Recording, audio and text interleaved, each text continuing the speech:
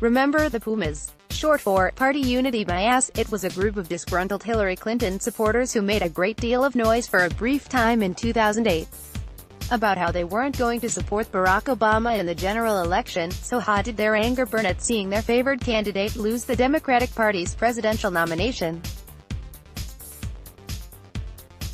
But in the end it didn't matter. Their numbers were relatively small, their anger dissipated, and Clinton herself proved to be a good soldier as she campaigned for Obama in the general.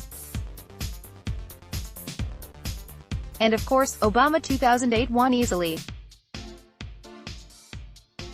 Things were different in 2016, when it was supporters of Bernie Sanders angrily declaring they wouldn't support Clinton. And though there isn't clear evidence that those voters swung the election to Donald Trump with their own votes, they certainly helped him by reinforcing his message that Clinton was a corrupt sellout who couldn't be trusted. And now with voting in the 2020 primaries just days away, the particular fervency of Sanders supporters is again a topic of intense discussion within the Democratic Party. In a recent interview, Clinton called out the online Bernie bros and their relentless attacks on lots of his competitors, particularly the women, and she's hardly the only one questioning their eagerness to attack Sanders' rivals and their potential effect on the general election should Sanders not win the nomination. Or even if he does. Before we go on, we should make clear that there is a distinction between the population of people who will vote for Sanders in the primaries, a group that numbers in the millions, and the much smaller population of Bernie Sanders superfans, that activist core that joined him in 2016 and never lost their faith. The latter that constitutes an interesting phenomenon and one that is distinct from the supporters of other candidates. But there are questions about how deep their perspective goes. A recent Emerson College poll found only 53% of Sanders supporters saying they'd definitely vote for the Democratic nominee, whoever it is. The figures for Biden and Warren supporters were 87% and 90%, respectively. Sanders fans stand out in the Democratic field not because the other candidates don't have fervent fans, they do.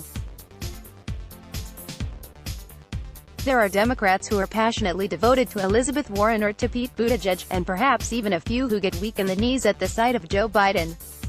What distinguishes the Bernie stands is the way they think about the other Democrats. Coming from the most fervent supporters of a candidate who calls himself a democratic socialist, it isn't a surprise. There's a long history in left politics of obsession with the perfidy of other leftists, even to the point of ignoring the forces they're supposed to be fighting against, as the Revolutionary People's Front of Judea says in Monty Python's Life of Brian. The only people we hate more than the Romans are the fucking Judean People's Front.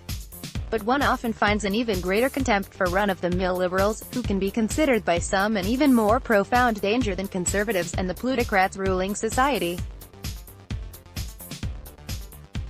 It's the intersection of a set of impulses old and new that gives the Sanders base its particular character that separates it from the rest of the Democratic Party, one in which animosities and emotional responses that other Democrats aim at the right are aimed instead at Democrats who oppose Sanders. First, we live in an era of intense negative partisanship, in which dislike of the other party has become a stronger motivator than affection for one's own party. This has become true of both Republicans and Democrats, who will tolerate or rationalize weaknesses in their own candidates because they despise the other party with such a burning passion. Yet some Sanders supporters don't seem to feel the same urgency about defeating Donald Trump at all costs that many other Democrats do. Even if they're happy to tell you why Sanders is the most electable candidate, it isn't that they began from a worry about electability and arrived at Sanders as the solution to the problem. They began with their commitment to him and added the electability conclusion after. The reason why Sanders supporters feel this way is that many of them, like Bernie Sanders himself, are not actually Democrats. They've long viewed the Democratic Party not as their team but as a bunch of neoliberal sellouts who can be relied on to regularly betray the principles the party claims to hold. Just as he was 4 years ago, Sanders is still talking about taking on the Democratic establishment as one of his key tasks, something other Democrats don't say. The second relevant feature of our era is that this is an age of encompassing identity politics, in which every political choice is a statement not about what you believe but about who you are. Politics is colonizing one area of our lives after another: where we live, where we get our news, what music we listen to, what TV shows we watch, which sports we pay attention to, which products we buy. All of them are increasingly freighted with political meaning. If you're a committed Sanders supporter, that identity may be defined as much by not being the mainstream Democratic establishment as by not being Republican.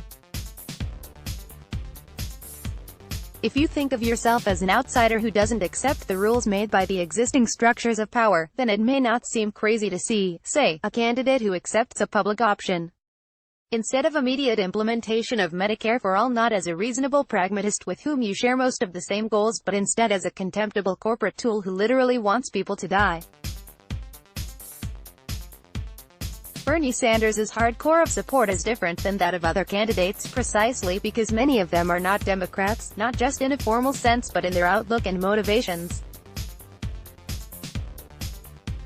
So what will they do after a nominee is chosen?